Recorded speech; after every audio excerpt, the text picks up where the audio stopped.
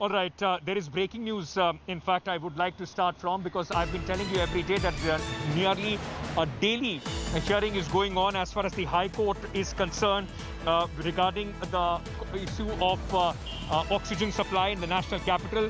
The High Court of Delhi today has come down extremely heavily on the central government and has issued a show cause notice to the centre to explain why contempt proceedings should not be initiated against them. This after a number of hearings where the centre has been giving explanations, where the centre has been giving assurances, but on the ground the situation in the national capital is not changing despite the quota of the oxygen from the centre being increased to 590. The government of Delhi has not received more than 440 metric tons even a single day. Rahul Shrivastava, National Affairs Editor, India Today, joins us. Rahul, this is a very, very scathing, not only scathing comments, but also now this show cause notice. This literally puts the government of Prime Minister Narendra Modi in dock as far as the prevailing situation in the national capital is concerned. This will be embarrassing for them.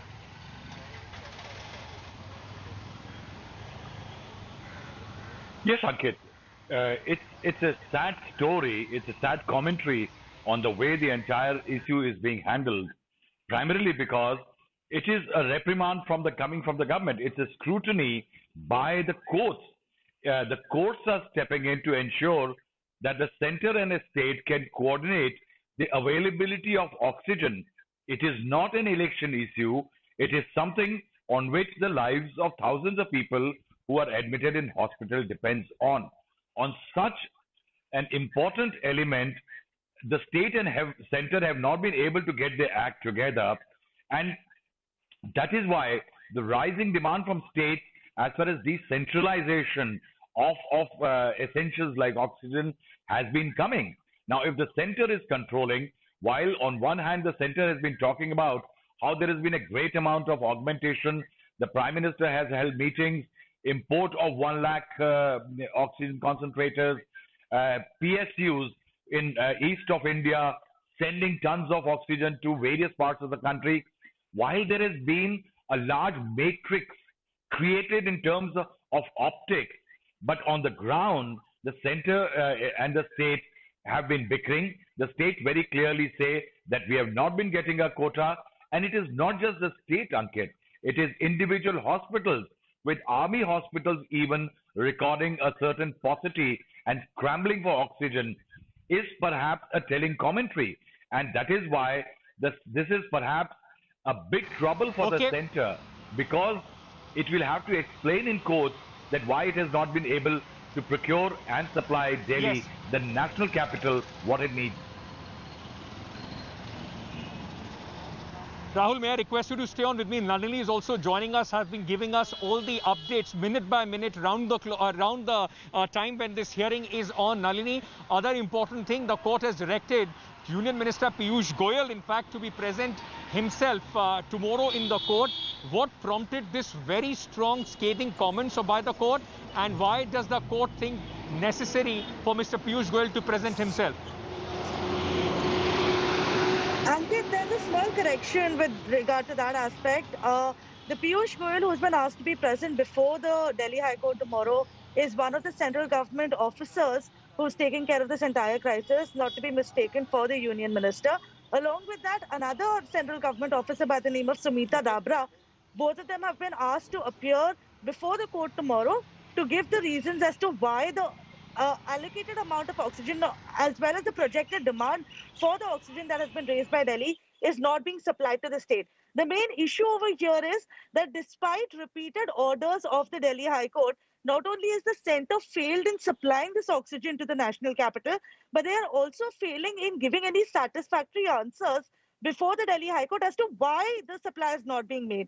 So it is to seek these answers why both of these central government officers have been specifically called to appear before the court tomorrow. In addition to that, the Delhi High Court also very clearly and in categorical terms told the union government today that you can maybe dig your head in the sand like an ostrich, but we cannot do that. We are seeing the reality on the ground, and every day hospitals are approaching us with SOS calls seeking an immediate supply of oxygen.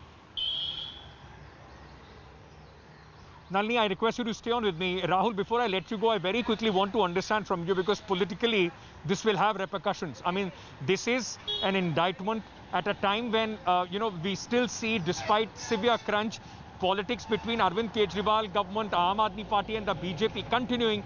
These remarks by the Delhi High Court are going to have a political repercussion as well, isn't it?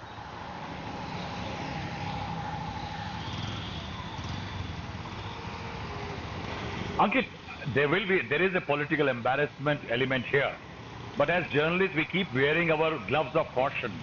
And sometimes perhaps one feels like taking them off.